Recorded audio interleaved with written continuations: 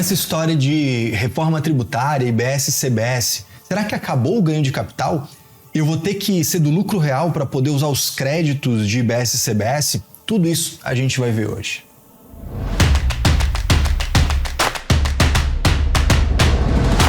Eu recebi 2 comentários em vídeos diferentes aqui no YouTube falando mais ou menos a mesma coisa, ou seja, tendo uma dúvida parecida. Eu vou ler esses comentários para você entender o contexto e a gente vai desenvolver aqui, beleza? Então olha só, o Alexandre Nascimento, assistindo o nosso vídeo sobre IBS e CBS na construção para venda, né? Quando uma pessoa física vai se tornar contribuinte construindo e vendendo imóvel, ele perguntou o seguinte: e o contribuinte recolhendo IBS e CBS não vai ter mais ganho de capital? Os imóveis continuarão a ser declarados no imposto de renda da pessoa física? Essa foi uma questão, né? Um comentário aqui, uma pergunta, na verdade.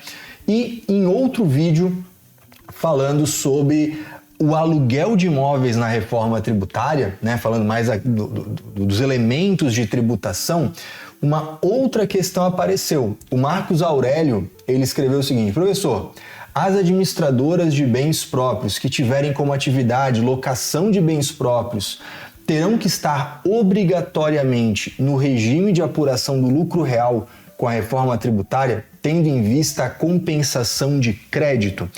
E isso, as duas questões são em vídeos diferentes, são perguntas diferentes, mas tem o mesmo eixo, vamos dizer assim, de problema ali, de dificuldade de entendimento, e que pode ser realmente dificuldade de muita gente. O que a gente está enfrentando agora com mais intensidade é a reforma tributária do consumo. Para quem não sabe, a reforma, ela na verdade vão ser algumas reformas, ou uma reforma em diferentes etapas, tá? Então a gente vai ter a reforma tributária do consumo. Então vai envolver ali PIS, COFINS, ICMS, ISS, o IPI, e é ali que a gente está vendo esse surgimento do IBS e da CBS, que vão substituir PIS, COFINS, o ICMS e o ISS, né? O próprio imposto seletivo que vai conviver com o IPI que fica mais magrinho.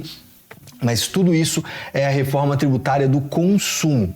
Em paralelo a isso, como se fosse uma segunda etapa, mas que já vai dando início, é a reforma tributária da renda e do patrimônio, que é onde a gente vai falar sobre imposto de renda, contribuição social, onde a gente vai falar sobre ITBI, ITCMD, IPTU, ok?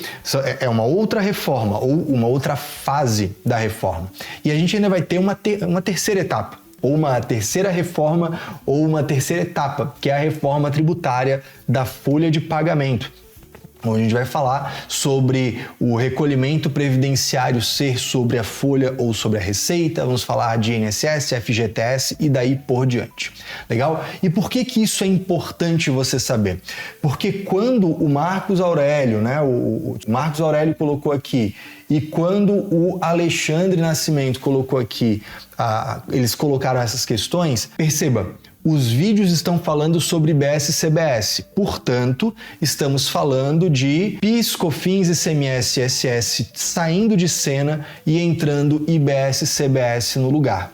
E IBS e CBS vai ter realmente essa dinâmica, débitos no fornecimento, créditos sobre custos e despesas que aconteçam, a não cumulatividade ampla, na atividade imobiliária, o redutor de ajuste, que vai servir como um abatimento de base de cálculo, que a gente já teve vídeo aqui, inclusive, no canal. Vou pedir para o nosso editor deixar aqui o cardzinho para você poder ver o vídeo de redutor de ajuste.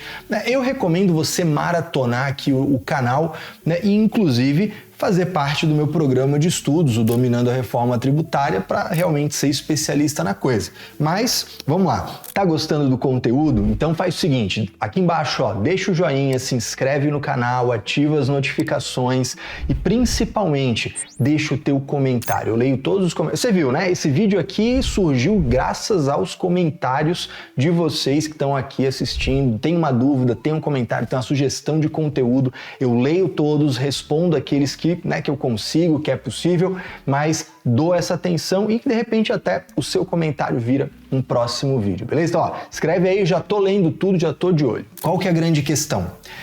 Ser lucro presumido ou lucro real é irrelevante para análise de IBS-CBS, porque tanto o presumido quanto o real vão estar na mesma sistemática de IBS-CBS. Quando a gente fala de PIS e COFINS hoje em dia, tem essa diferença, né? O lucro presumido é regime cumulativo, então é só tributar PIS e COFINS sobre a receita. No lucro real, você está como regra geral no regime não cumulativo de PIS e COFINS, aí tem débitos e créditos, e aí ainda tem atividades que mesmo no lucro real são sujeitas ao regime cumulativo, né? Isso existe para PIS e COFINS. IBS-CBS não. Regime geral é regime geral. Então, se for uma pessoa física que se torna contribuinte, se for uma empresa do lucro presumido, se for uma empresa do lucro real, tanto faz. Inclusive, se for uma empresa do Simples Nacional que opte pela condição híbrida de apurar IBS-CBS fora do PG-das-D e usar o regime geral. Todas essas pessoas contribuintes vão entrar na mesma regra: débito sobre seus fornecimentos, crédito sobre seus custos e despesas, acompanhamento mensal, split payment, apuração, tudo isso vai ser igual, tá? Então, quando o Marcos Aurélio fala ali, professor, então a administradora de bens, a holding, etc., ela vai precisar ir para o lucro real para aproveitar crédito? Não. Mesmo no lucro presumido, IBS-CBS, débito e crédito. Débito e crédito, redutor social, redutor de ajuste, tudo normal, tá? Igualzinho. A diferença é que se for uma empresa do lucro presumido, além de IBS-CBS, vai apurar IRPJ e CSLL pelas regras do lucro presumido. Se for do lucro real, vai apurar IBS-CBS normalmente e vai tributar imposto de renda e contribuição social sobre o lucro real, sobre a base de cálculo da CSLL, né? E aqui, inclusive, a gente pode ter situações bastante curiosas, né? IBS-CBS, vamos falar de aluguel de imóvel. Aluguel de imóvel vai ser tributado pelo regime de caixa, falando de IBS-CBS, pelo recebimento. Se for uma empresa do lucro real que tem aluguel, lucro real tributa IRPJ e CSLL por competência, enquanto IBS-CBS vai ser regime de caixa porque é a determinação da Lei Complementar 214. Isso pode acontecer. Da mesma forma, o inverso também pode acontecer. Vou dar um exemplo. Compra e venda de imóvel vai ser tributado IBS-CBS por competência. Então imagina que eu tenho uma empresa do lucro presumido que adota o regime de caixa, então vai apurar imposto de renda e contribuição social pelo regime de caixa, mas se ela é uma empresa que faz uma operação de compra e venda de imóvel, IBS-CBS vai ser débito e crédito usando o regime de competência. Ou seja, o momento da tributação é no ato da alienação. Então perceba que são universos separados. Eu costumo brincar com os meus alunos, com os meus mentorados, que o contador ele precisa ter um cérebro contábil e um cérebro fiscal, né? Eu diria que esse particionamento vai aumentar. Eu tenho que ter um cérebro contábil, que é do ponto de vista societário, pronunciamentos contábeis, normas brasileiras de contabilidade, a vida societária, mas eu tenho que conseguir virar a página e aquilo que era uma partição do meu cérebro fiscal, tributária, ela vai ter que se dividir com mais clareza. Assim, olha, IBS-CBS é uma coisa, né? Tributo sobre consumo, tributos sobre renda e patrimônio é outra história. Tá? Então, independente de ser presumido real, IBS-CBS é de um jeito. Independente de IBS-CBS, a tributação de imposto de renda e contribuição social é de outro jeito. Tá? Então, isso pode causar confusão no início, né? Então quer dizer que a pessoa física que se torna contribuinte passa a pagar IBS-CBS no aluguel. Quer dizer então que não precisa mais apurar carnê-leão? Precisa, continua tendo carnê-leão mensalmente.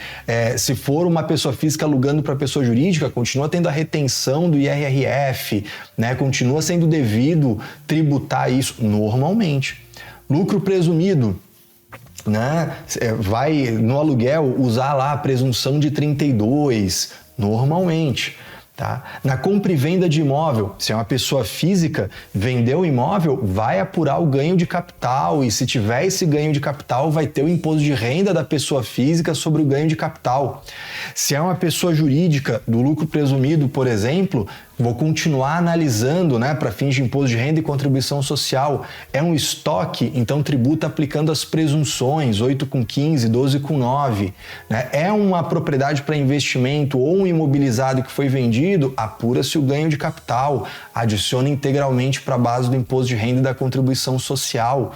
Tá? Isso tudo continua sendo separado. Para IBS e CBS não importa a classificação do ativo, mas para imposto de renda e contribuição social vai fazer toda a diferença ainda, pelo menos enquanto não mudar. Porque como eu falei que tem essas 3 etapas de reforma, né? Veja, a reforma do consumo, ela está sendo uma reforma estrutural. Tá sendo, ela derruba a parede e constrói, é praticamente uma demolição com uma nova construção. Né? Vamos fazer tudo de novo, novos tributos com regras do zero. A reforma da renda e do patrimônio, ela está sendo um pouquinho diferente. Ela está reaproveitando a estrutura e fazendo algumas alterações. Então, quando a gente observa o PLP 108 falando do ITCMD, veja, continua sendo ITCMD, não é um novo tributo que está surgindo. Só estão alterando algumas regras, criando regras novas. Né? O PL 1087, que fala do imposto de renda, principalmente da pessoa física, né? Ali também, olha, continua sendo imposto de renda, o tributo ainda é o mesmo, as regras gerais lá continuam. A gente está ajustando algumas regras específicas para ter o efeito que a gente deseja. Né? Enquanto a reforma tributária do consumo ela é mais uma demolição com nova construção, a reforma da renda e do patrimônio é realmente uma reforma. Vamos manter aqui a estrutura principal e vamos alterar alguma coisa. Derruba uma parede aqui, troca um piso ali e assim por diante. Beleza? Como você está vendo, não vai ser um caminho nem rápido e nem fácil de ser superado, mas vai ser necessário. E certamente as empresas vão precisar ter do lado delas um consultor, um especialista, que pode ser você. Se você quer se aprofundar em como a reforma tributária vai impactar, principalmente falando do setor de construção civil e de imóveis, aqui embaixo eu vou deixar o link do programa Dominando a Reforma Tributária. Eu estou com você para a gente fazer diferença na vida das empresas daqui para frente. Então, respondendo Marcos Aurélio, né? Vai ter que ser do lucro real? Não necessariamente vai ter que ser do lucro real. São 2 análises distintas que eu vou fazer, né? Uma sobre a tributação de IBS e CBS e a outra de imposto de renda e contribuição social, para ver se vale a pena fazer essa atividade na pessoa física se tornando contribuinte, ou se eu vou deixar na pessoa física até o limite que não se torna contribuinte e levar para uma pessoa jurídica. E aí eu vou fazer análise, né, presumido ou real, para exercer essa atividade, tá ok? E a mesma coisa para o Alexandre Nascimento, né, que perguntou ali se não vai ter mais ganho de capital. Vai continuar tendo normalmente. E se é uma pessoa física, vai declarar os seus bens na declaração de imposto de renda da pessoa física. Pelo menos até que mude alguma coisa nesse sentido. Agora, um detalhe importante. Essa pessoa física certamente vai precisar de acompanhamento mensal, tá? Não tem como imaginar, com esse universo de IBS e CBS surgindo, não haver um acompanhamento, um controle, um serviço mensal de um contador especialista cuidando dessa pessoa. Beleza? Espero que tenha sido útil, espero que tenha ajudado.